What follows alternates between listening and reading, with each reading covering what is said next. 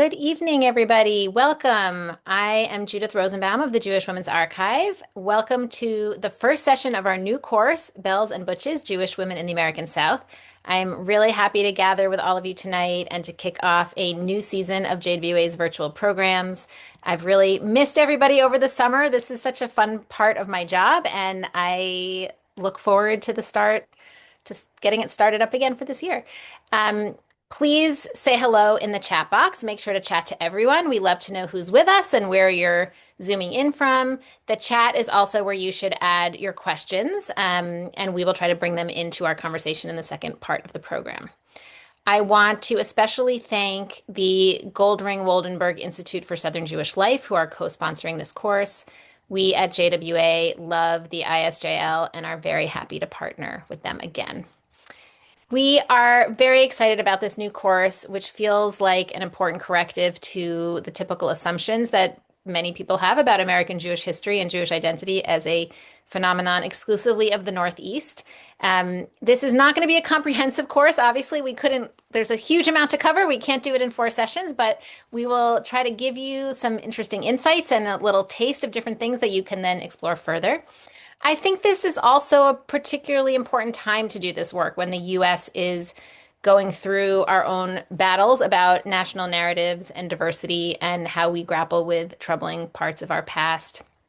So I think engaging in stories of the Jewish South and through a gender lens is going to be a meaningful experience for us. And I am proud that JWA can affirm our commitment to expanding the Jewish narrative and to complicating our understanding of who Jews are and have been, and centering the stories of Jewish women in all of our diversity.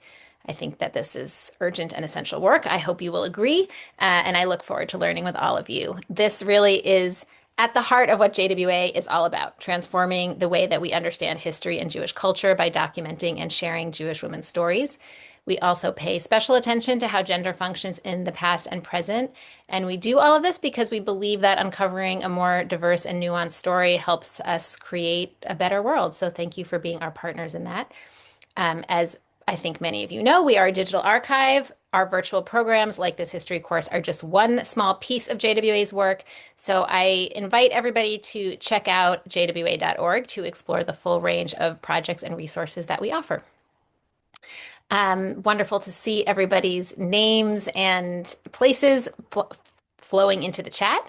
A quick logistical note, if you would like captioning, you can click the button that says CC or show captions on the bottom of your screen. That will turn it on for you. We can't turn it on for you. Okay, I am delighted to welcome our scholar for today's session. Shari Rabin is Associate Professor of Jewish Studies, Religion and History, and Chair of Jewish Studies at Oberlin College. She is the author of Jews on the Frontier, Religion and Mobility in 19th Century America, which won the National Jewish Book Award in American Jewish Studies. And her new book is The Jewish South, An American History, which was published this year by Princeton University Press. She currently serves as Vice President of the Southern Jewish Historical Society, and we are delighted to have her here with us tonight. Welcome, Shari. Thank you so much. I'm delighted to be here. It's really was a lovely invitation, and this whole series of courses look wonderful. So yeah, I guess should I get started? Yeah, get started. I'm Okay. going to hop off screen, and I will see you in a bit. Great. So the title of this session is Jewish Women in the Civil War and Reconstruction. And we are going to talk about that, but I'm also going to give a bit of the earlier history of Jewish women in the US South. And then I'm going to dig into the Civil War and Reconstruction in particular, which I think helped me make two points. One is that Jewish women were fully part of Southern history in ways shaped by their gender. And two is that Southern Jewish politics were complex and diverse.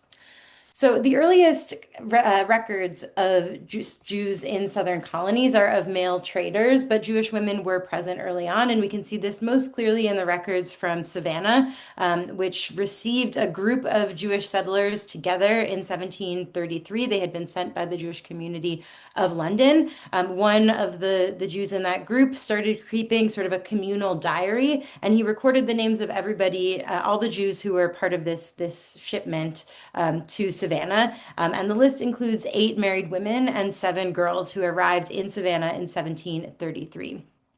A mikveh opened in April of 1838 in order to facilitate the menstrual purity laws. Presumably before that, Jewish women in Savannah were using rivers or oceans. And after 1740, most of the Jews in Savannah fled because there was a war with Spain that they were worried about. But two families remained, the Sheftals and the Minuses. Um, and remainder of the community headed other places, especially to Charleston. And in this colonial period, women could work as sole traders who controlled their own property when their husbands granted them permission. So there was some pathway to sort of economic activity and independence through the permission of their spouse. Women could also gain additional economic power after they were widowed. This was the case with a woman named Abigail Minis, who became an important businesswoman after the death of her husband. We have her will, which is excerpted here. And I love this because she is giving all the money to her daughters, and she had a lot of them. I give everything to my five daughters, who with great affection have always treated me as their fond mother, and by their industry have helped not only to gain what I possess, but by their frugality to keep together my estate.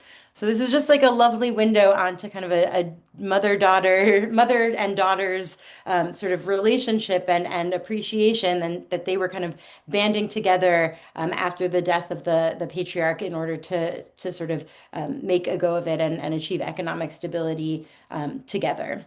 And actually, after the Revolutionary War, there was a publication in Savannah that was very anti-Jewish. It claimed that Jews kind of shouldn't be citizens, shouldn't be tolerated, but it included an exception for Abigail Minis and her daughters because of their, quote, long residence, upright demeanor, and inoffensive conduct. So they had kind of made themselves beloved in the community.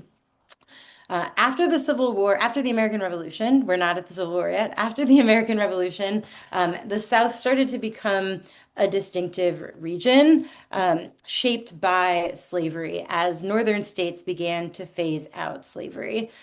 So by the early part of the 19th century, slavery is really distinguishing northern states from southern states. And in this slave society, gender relations were organized in order to sort of facilitate and uphold that system. There was the white male master who was supposed to kind of oversee the household, protect virtuous white women, discipline enslaved people who were part of this broader household. And Jewish men and women certainly adopted this pattern. You see in wills from this period, the disposal of enslaved people from one generation of a family to another, men and women. Interestingly, there was some boundary crossing between races and religions in the early 19th century.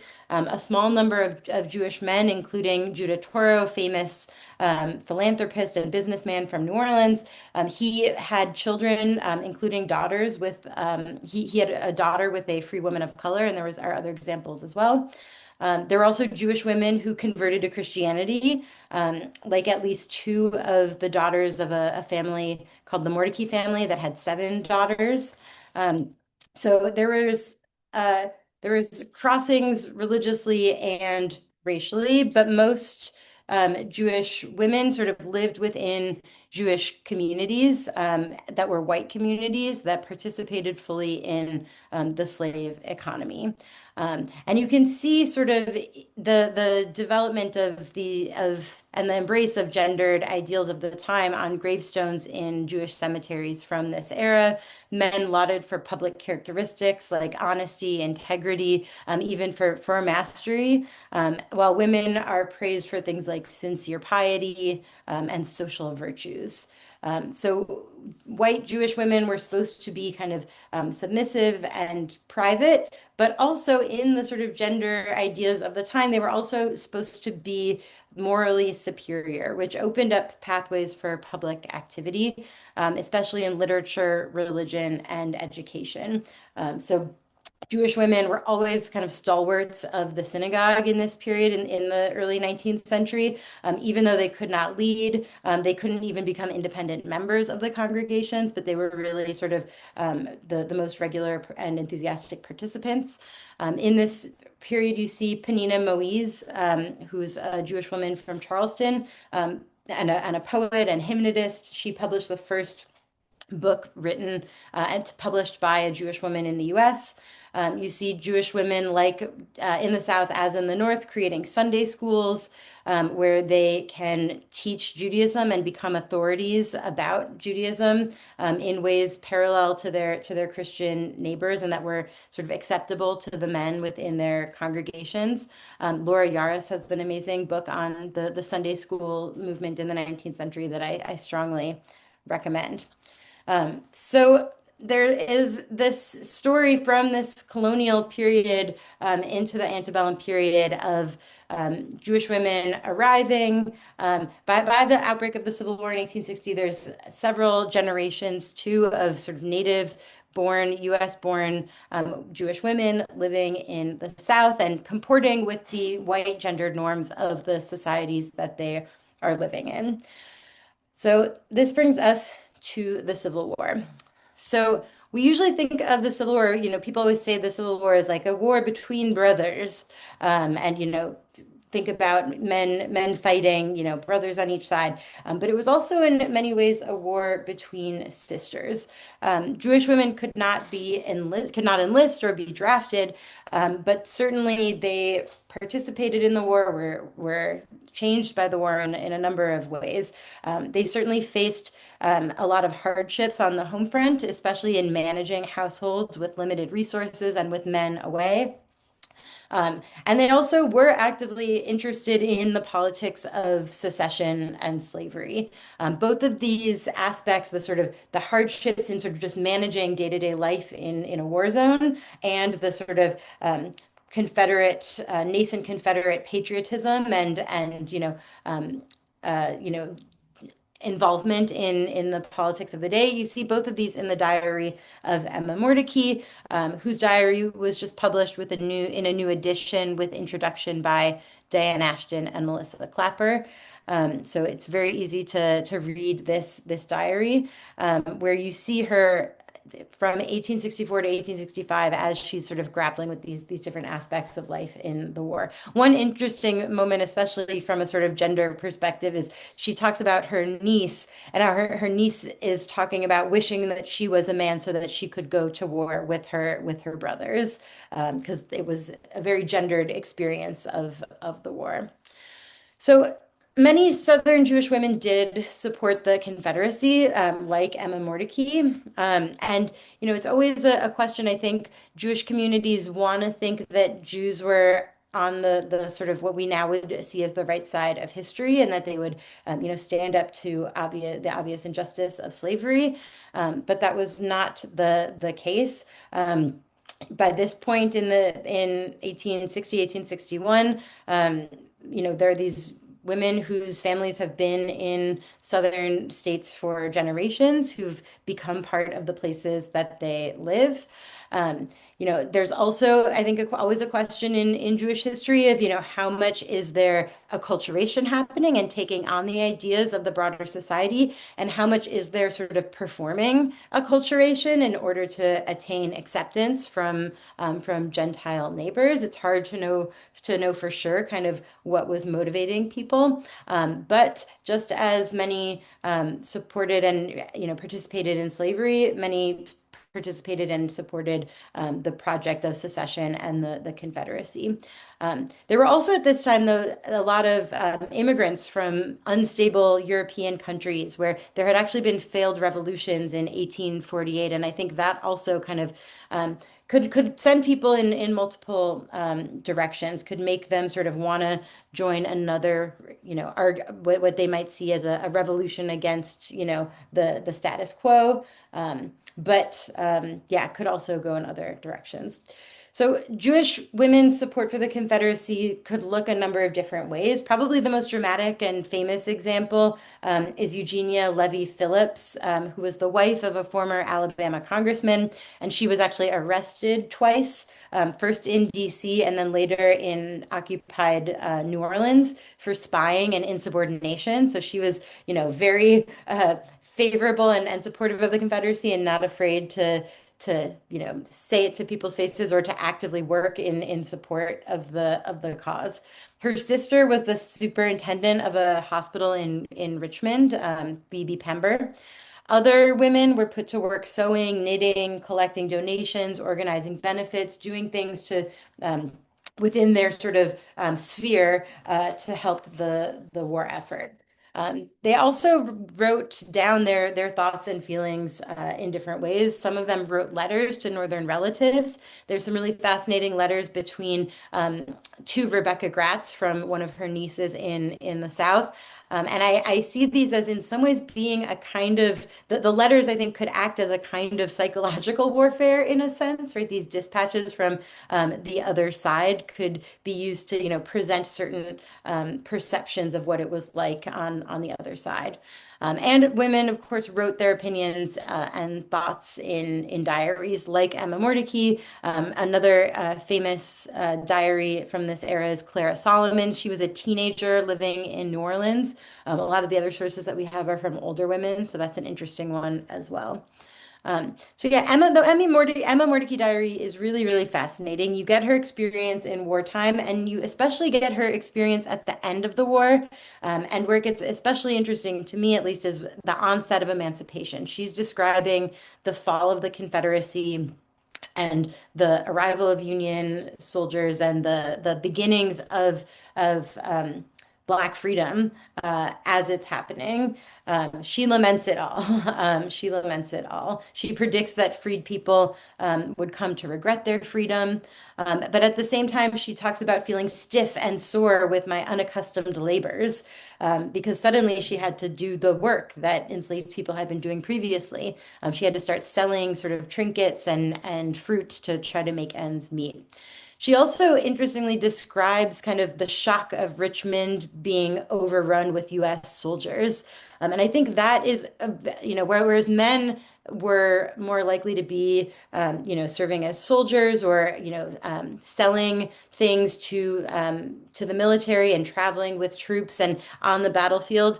Women on the home front wouldn't have seen quite as directly the sort of wartime battles and wouldn't have seen quite so many Union soldiers. And so to suddenly see US soldiers flowing through Richmond kind of brought home the war and then its end in an especially dramatic way.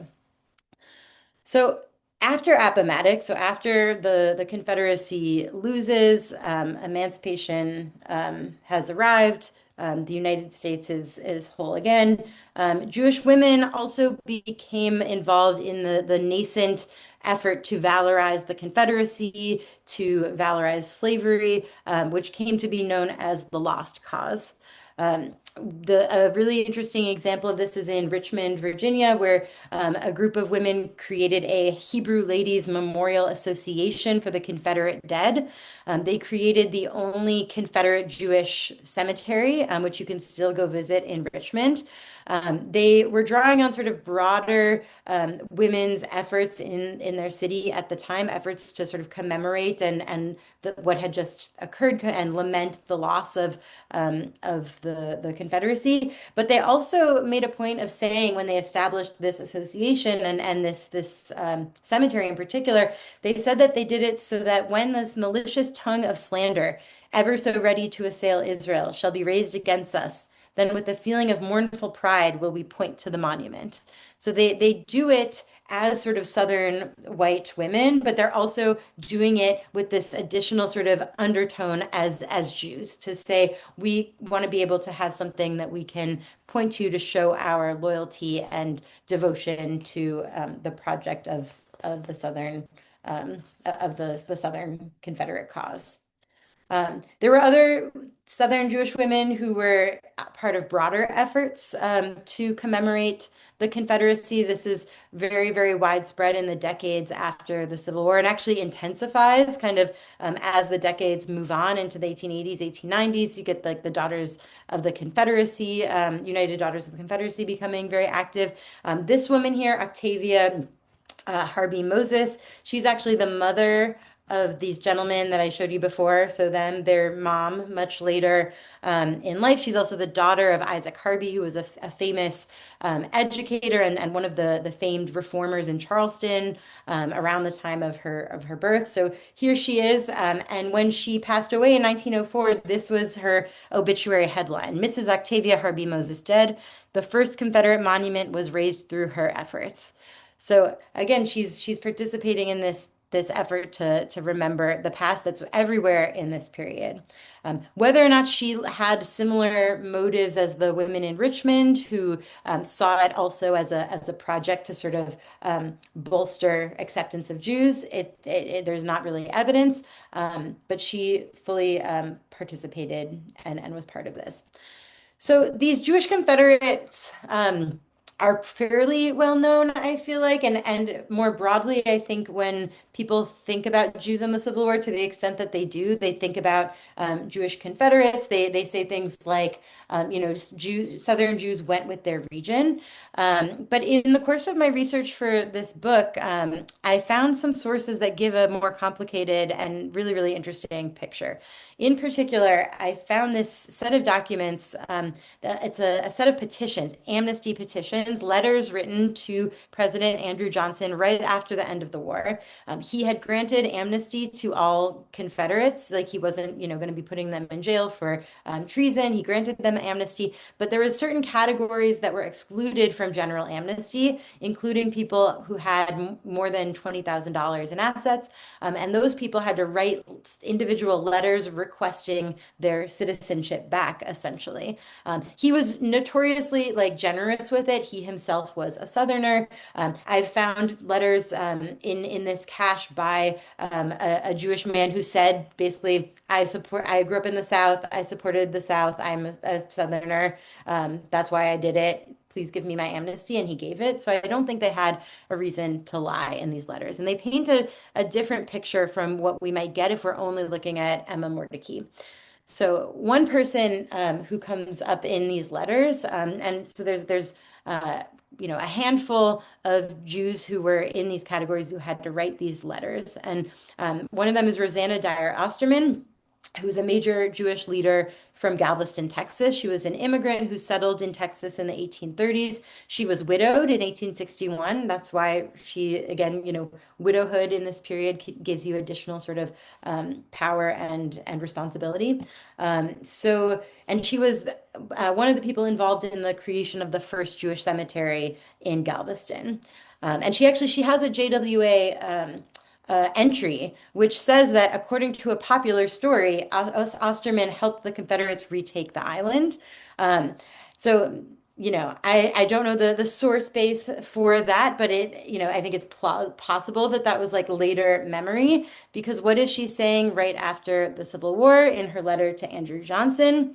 Here's what she said. I have always been opposed to secession and opposed to the war, have never contributed $1 for the promotion nor prosecution of the late war, and could my hopes, prayers, and wishes have been realized, no disruption between the North and South would ever have taken place, as I always felt not only satisfied but happy in the enjoyments of living under the United States government. So she's saying, September 1865, not 6 months really after the end of the war, she's sort of saying I was not supportive of this project. She mentions elsewhere in the letter that she felt a responsibility to her dependents in Galveston and didn't want to sort of leave all of her assets there and abandon them. So she kind of explains it, but here we have this clear sort of statement of ambivalence. As an aside about her, because I think she's really interesting, she died in 1866 in a steamship explosion, so not long after this.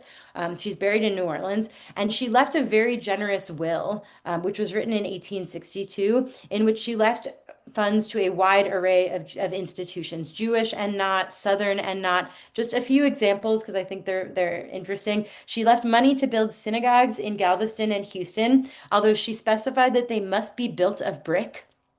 So she was, had opinions on the building material to prevent fire. She gave support for a home in Galveston for, she said, the support of widows and orphans of whatever denomination, for are not all men brothers before God. So she's, looking beyond her own community and giving this sort of universalistic vision.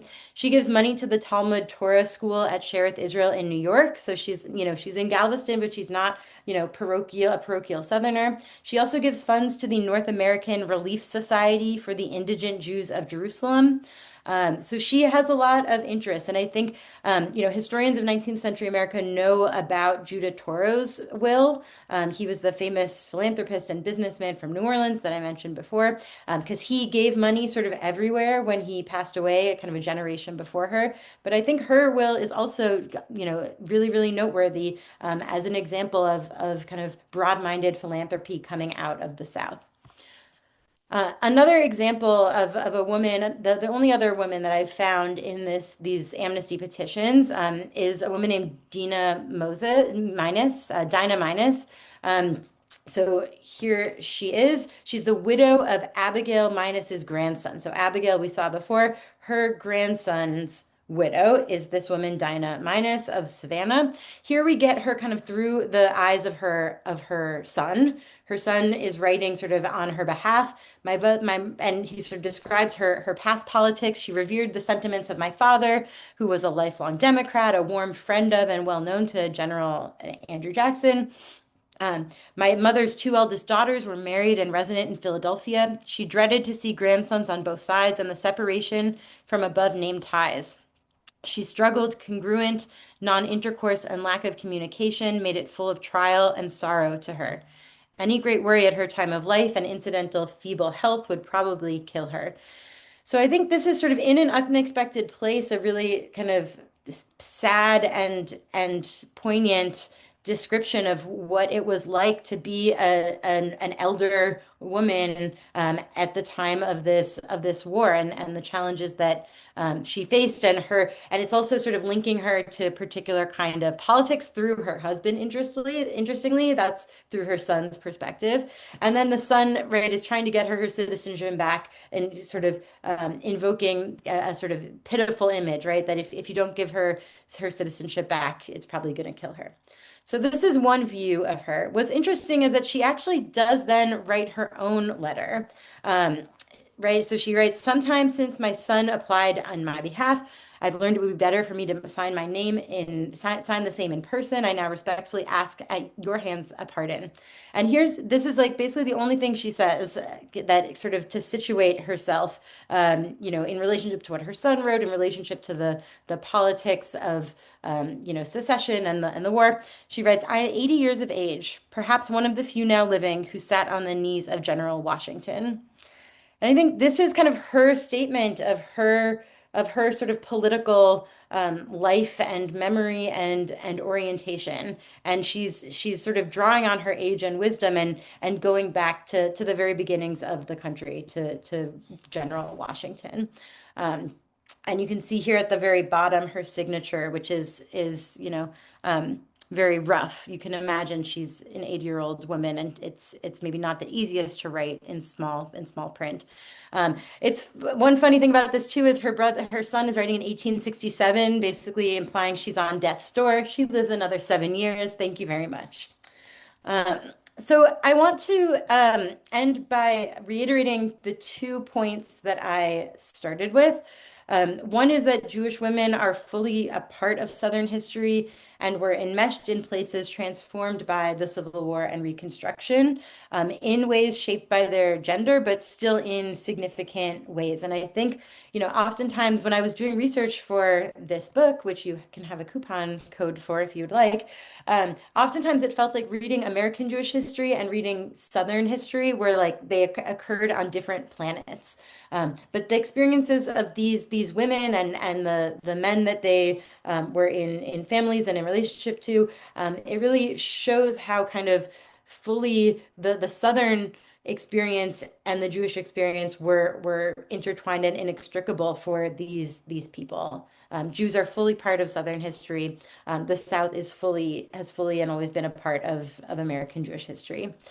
And the other piece, kind of especially thinking about the Civil War and Reconstruction, is that Jewish politics, like the politics of all Southerners, of all Jews, were complex and diverse. There was not, they were, it was not universal, adulation for subservience to the Confederacy. Certainly, the majority of Southern Jews, including women among them, would have, at the very least supported secession or gone along with it. But like others at the time, there was reasons to be suspicious or worried or skeptical about this project of creating a separate nation state on the basis of slavery and in order to uphold slavery. And these women are not, giving heartfelt, full-throated, abolitionist cries. They're not coming out as anti-slavery. That perhaps felt a bit too beyond the pale. Or perhaps wasn't in their line of sight, but at the very least, when it came time for their states they were living in to secede and form a new union, not everybody was fully on board. And I think it's important to capture that multiplicity and multivocality of Jewish political thought, of which women are and have been fully part of. Thank you. Thank you so much, Sherry. That was really fascinating and a really great start to this course. So many questions. We had a lot of great questions in the chat that we'll get to. One that I wanted to ask, just jumping on that last point that you were saying about sort of the diversity of experience and also connecting back to, I think it was one of the minus women who was referring to like having grandsons on both sides. And I know that the Southern Jewish community was really kind of connected to people that Jews, maybe more so even than other people, were connected to other cities and other places all over the country and actually all over the world because of Jewish connections and family connections. So was that very common? And how did that piece of the puzzle of sort of having family in the North, having, grandchildren on both sides of the war, like how did that play into the dynamics for Southern Jewish women? Yeah, it's interesting. So right when you're trying to think about this period and periods with like limited sources in general, I think you want to think about what are the sources saying and what are they not saying, but that like the context like indicates like was relevant or significant. And that's something I absolutely thought of in this period is like, okay, in a lot of ways they look like, like the Moses brothers there in their uniforms in the portrait, they look like anybody else. But like what would have been sort of part of their experience and identity that might have made like the nuances of their participation slightly different. And I think that's one piece of it. Jews were more likely to have these sort of trans-regional, transnational ties that would complicate it, and perhaps, contributed to the reluctance of some of these Jews who were a little bit more skeptical of the Confederacy. One source that I think is so interesting is it's a letter from Australia, like from a Jew in Australia to like his cousin in New York, and he's describing he's like responding to a letter that was about the like political disagreements over the Civil War in his family, and he's basically like, "Are you sure? Like is it really that bad? Like, are they really that divided? Like, so there is this like outside perspective, but then for some of them like fully in the mix, living in these communities, that could sort of take over the sort of direction of their neighborhoods, their governments, etc., ended up being determinative. But certainly the like ties to other places is one piece, and then also for many of them, I think most of the people I talked about were born in the U.S., but like Rosanna Osterman was born in German lands where you know Jews had were very distrustful and had bad relationships to like the government. So I tried to think too about kind of what might that ex political experience in Europe might how might that have translated in different ways for Jewish immigrants confronting this moment. Right. I mean, and there was one of the questions in the chat was about sort of how do we know whether these people who, after the war, were making petitions to get their citizenship back, like how do we know whether they actually were really being genuine when they supported the Confederacy or whether they were being genuine when they were saying, actually, I never supported the Confederacy. And it's really hard to know. We kind of have to just take their different statements as like potentially part of the complexity that people's experiences change. And I think also that people can have a sense of could have a sense of belonging to something larger than themselves, but also being politically expedient in the moment and feeling like, well, this is my community and my neighborhood and my neighbors, and so I'm gonna, kind of go along with that. And I think the economic piece too, like for immigrants who had worked so hard to sort of build up, own real estate, own businesses, to ask them to like drop everything and flee, was a big ask. I'll say on the documents too, there are other later government documents created in the aftermath of the Civil War where there is a lot more kind of like historians have like amply documented that there was a lot of fraud even.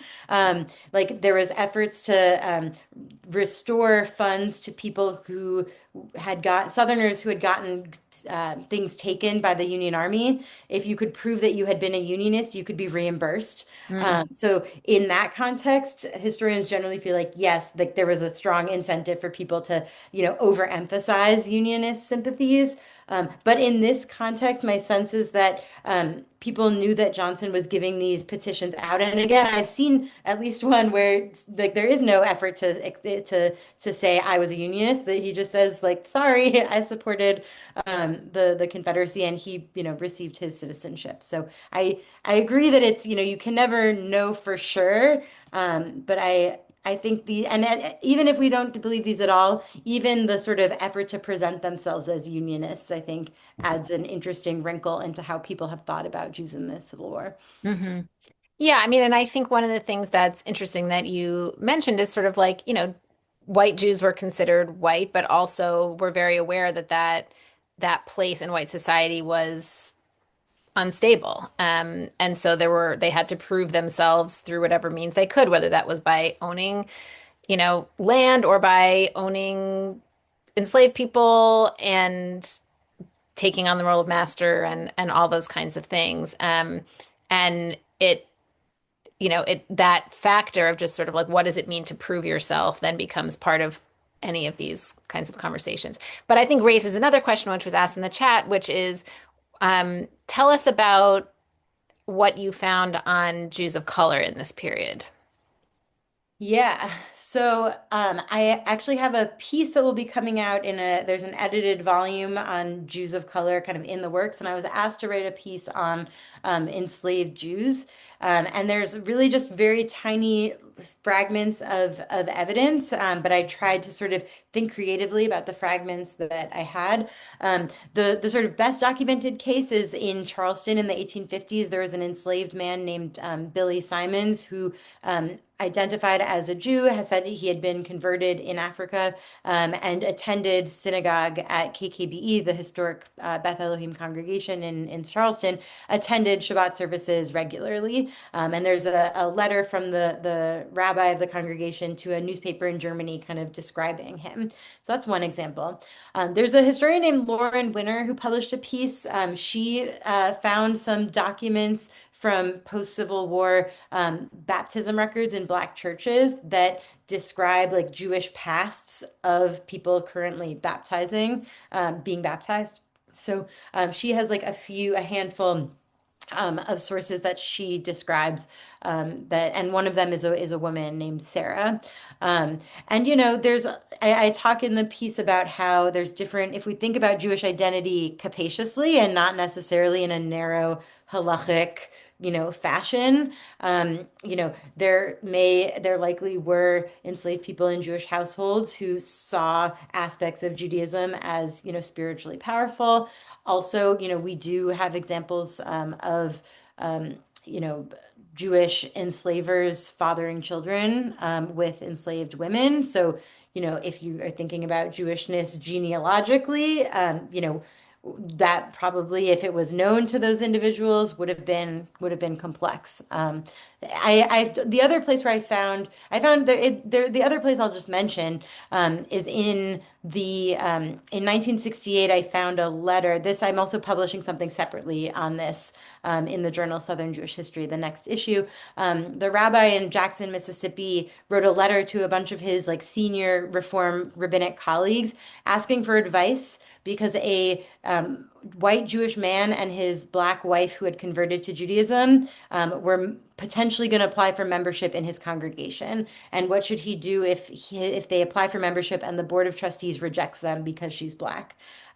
So that is also like a fascinating moment, a very different moment. But I think hints at the sources I found out in that hint at sort of a moment in the 50s and 60s where you start to see a smattering of African Americans converting to Judaism in relationship to and trying to enter into predominantly white synagogues. Are there cases of white Jewish men having children with free people of color, and then those children being raised as Jews? No, not to my knowledge. The closest example that I know of, and there's probably more digging to be done on this. I don't see my book as like the end of the conversation. I see it as the beginning of conversations. But there was one married couple that consisted of the son and the husband and the wife were both the children of Jewish men and free women of color. Hmm. And so, like, the fact of that marriage does make you wonder, like, Hmm. what were the connections that led these two people with this very particular kind of background to choose to align with one another? Right. Um, I think it's natural that there are so many questions that many of us have around sort of wanting, like basically wanting to know that Jews were like better in their treatment of enslaved people or were less likely to engage in some of the behaviors that now, we recognize are really horrifying. Um, so in thinking about some of these things, like, do we have any sense of like, were Jewish men who were slaveholders engaging in sexual assault of enslaved women in the same numbers as was common in general in the population? How did Jewish women behave towards their enslaved people? Do we know anything about, I mean, It's how do we think about that? it's so hard to know. And the differences that I think is the most significant in terms of Jewish slaveholding versus sort of the general population is that most Jewish enslavers lived in urban environments. Right, so they were less likely. There's a small number of Jews who owned the big plantations that we imagine when we think about, the Old South. But for the most part, it was like a merchant in Charleston with like one or two enslaved people in the household to like help with basic things. So I think that lent itself to like a different kind of relationship. In some ways, like the enslaved people could like move about the city, but also still under heavy surveillance. They would not have had the same sort of privacy and opportunity for community that was accessible to enslaved people who lived in more rural plantation settings. So I think there's ways in which the experience differed, but the sources are so kind of reticent on this Yeah, topic. no, of course. And even there's like one will where um, there's a couple wills where you can see some amount of like what we might see as kindness, but it's still just fully in this context of sort of control and domination. Um, yeah, so it's really it's hard, and there sort of is no way that I have found from the sources to come to any sort of generalizable conclusion about that. Yeah. Cindy in the chat mentioned Laura Arnold Liebman's amazing book, Once We Were Slaves, which is a Mm. story of a multiracial Jewish family. Fabulous book, but that does take place in the Caribbean, which has a very different history Yeah. around these kinds of And relationships. New York, it's like Caribbean to London to New York. London to New York, yeah. Yeah. Um, there was a question in the chat about whether there were Jewish women, whether we know if there were Jewish women who went to war disguised as men, because we know that there were cases of that in general. No, but I would like to imagine that. I guess. I mean, maybe not on the Confederate side. Um, you know, that probably would have been challenging to pull off for any Southern woman in a like family unit. I Mhm. haven't seen any sources about like young Jewish women suddenly like disappearing. The young Jewish women that we have sources about were like writing letters to like passive aggressive letters to their aunts in Philadelphia or like writing in their diary about like how much the the Yankees sucked or whatever. So yeah, I don't know, but never say never. How did Southern Jewish women's lives change during the war when men were away, and particularly Jewishly? Were like I'm imagining if, you'd said that they were very involved in their synagogues, but obviously they had certain kinds of roles and limited roles. So what did that, were there any things that shifted when there were fewer men to be doing those, taking those public religious roles? Yeah, Emma Mordecai, like she doesn't frame it in like gendered terms, but she talks about going to synagogue in Richmond and like it was very sparse attendance. She also talks about like a holiday where a Confederate Jewish soldier like requested permission to get off of duty and like walked many miles to get to synagogue in Richmond. And there were a number of efforts to get like a general furlough for Jewish soldiers to like go home for the high holidays. Like there's letters to Robert E. Lee saying, please give all Jewish soldiers like time off for Rosh Hashanah. And he's like, no, like we're not going to do that. So it seems like like they could ask for individual furloughs. So there was some effort on men to make it home for holidays at least. The other thing that I can think of is there's a synagogue in Macon where they suspend dues for all goodness me, for all male members during the war. So I think, yeah, definitely there would have still been like older men around who, the conscription age kind of creeped upward as the war moved on and the Confederacy got more and more desperate. But there would have still been older men and obviously like children around. Yeah. Mhm. We had a few great questions about the Klan. So, did you find testimonies about Southern Jewish women's opinions about the Klan? Not specifically. Not specifically. And how much were Jews, if at all, being targeted by the Klan at the time? And this is the opposite part of the question. How much were Jewish men members of the Klan at the time? Yeah, so we do like so there's two clans, right? There's the first clan in the 1870s and there was like copious congressional testimony taken on that first iteration of the Klan and its campaign of violence across the region. And there are three Jewish merchants mentioned in those records as having been murdered by the Klan, and again, what was a much bigger sort of pattern. And then there's the second Klan that's formed after the lynching of Leo Frank in Atlanta, outside of Atlanta in 1915, and that like becomes a part of some Southern communities. And you hear some stories of harassment by the Klan and also by other just sort of random vigilante white groups. There's a couple of horrible cases out of North Carolina of tremendous violence against Jewish men in particular who were seen to like step outside of the bounds of proper behavior. So you see some examples of that. You also see there's a long memoir written by a Jewish man named Leon Schwartz who became the mayor of Mobile, Alabama. And he basically says, well, I don't begrudge anybody who participated or who was aligned with the Klan because that was like they had a political role at the time, and anybody in politics was, interacting with lots of different groups, and it was a political force that people participated in. You also, there's at least one example, I think, from Texas of like a Jewish man, like, joining, like sitting on the same stage as a Klan official. But then, of course, the Klan was virulently anti-Semitic and saw Jews as like un-American and not white.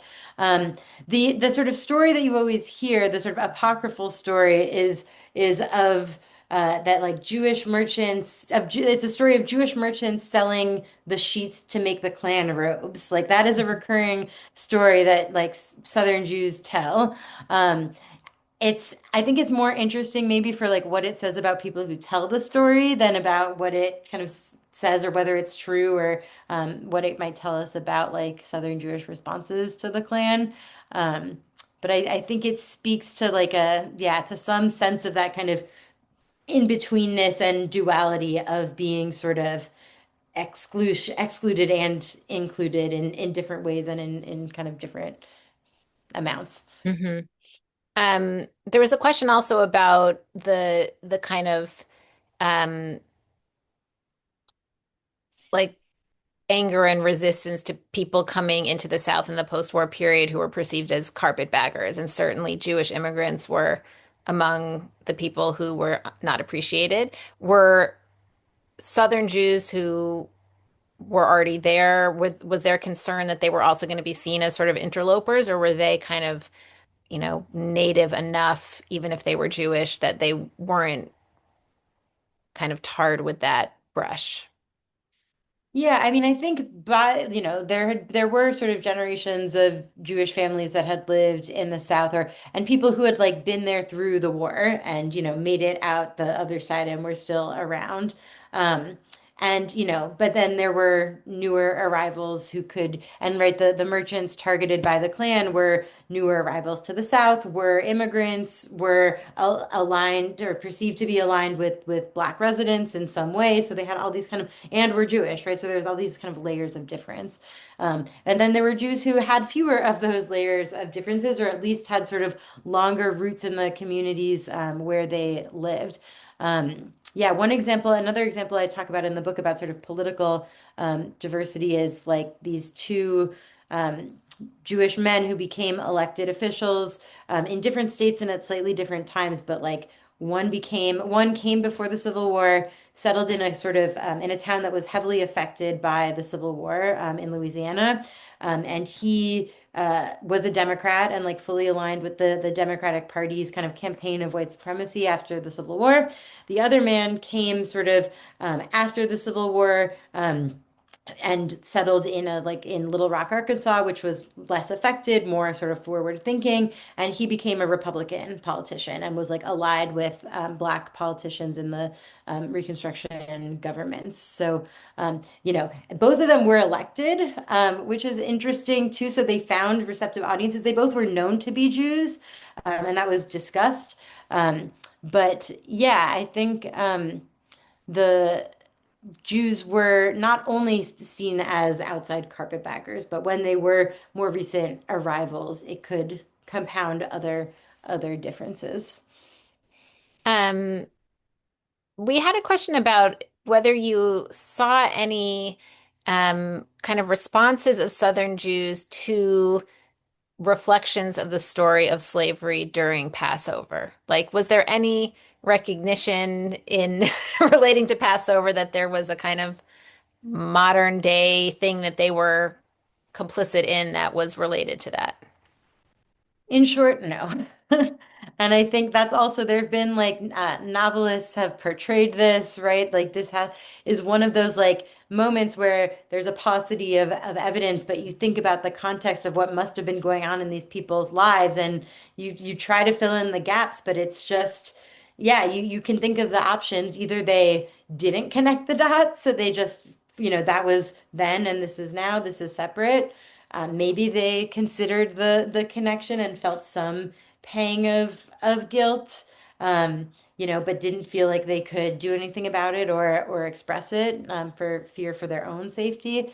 Yeah, certainly there were, um, you know, many Jews in the South who were enslavers observing Passover, and we just don't know for sure kind of that was going on in their minds. And they didn't think to record it. They didn't really want to record that much about their thoughts on slavery at all. And, what do you do with an absence? How do you interpret that?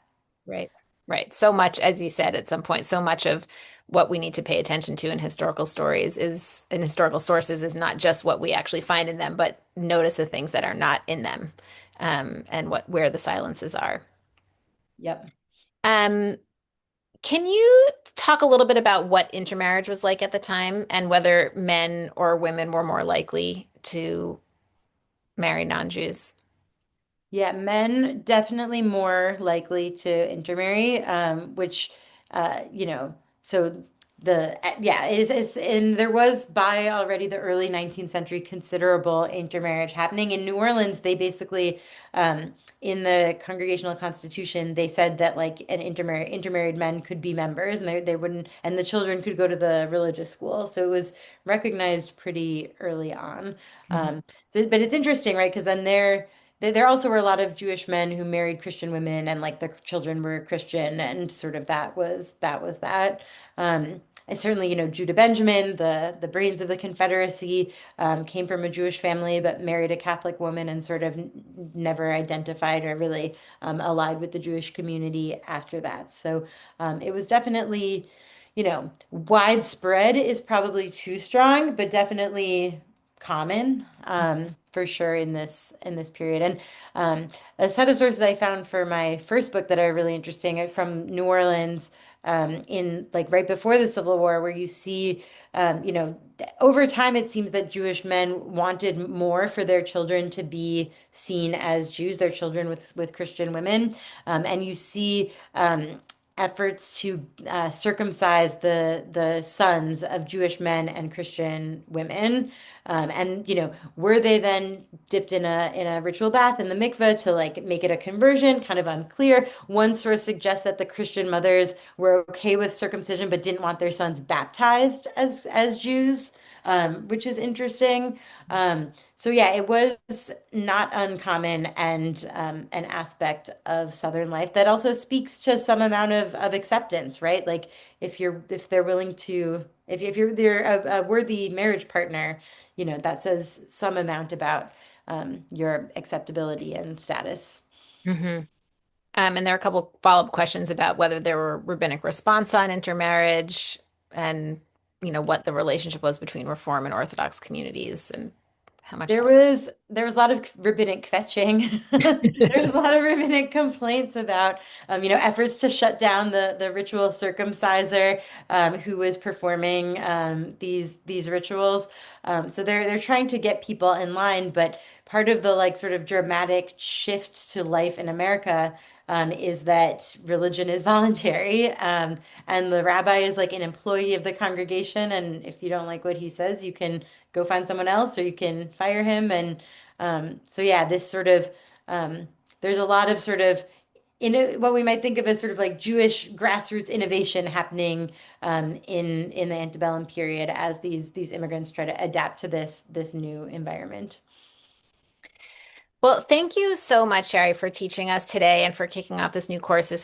There's so much rich material here and so many more questions. So I encourage people to read your book where they'll get some more information, and we will continue to learn together in this course. As always, there is more to discover at JWA, so I encourage everyone to explore our site. We're gonna give you some examples. We just dropped a whole bunch of links in the chat. For example, in our Shalvi Hyman Encyclopedia of Jewish Women, you can learn more about several of the women that we mentioned today: Frances Hart Sheftal, Abigail Minis, Emma Mordecai, Rosanna Dyer Osterman, Panina Moise, as well as some other Southern Jewish women of the period who we didn't mention. The niece of Octavia Harby Moses, who is Leah Cohen Harby. We did talk about Phoebe Yates Levy Pember and Phoebe's sister, Eugenia Phillips, who was a Confederate spy. So lots of different stories to explore there. I hope you will all join us next Thursday, same time, same place, for our second session, where we will talk about the Galveston movement and its legacy with Rachel Cockerell. And I just want to thank everybody again for being with us today, for all of your excellent questions and comments in the chat. And until next time, take care, everyone. Let's take care of each other. Thanks, everyone. Thank you so much. This was fun. So much fun. Thank you, Shari. Mhm.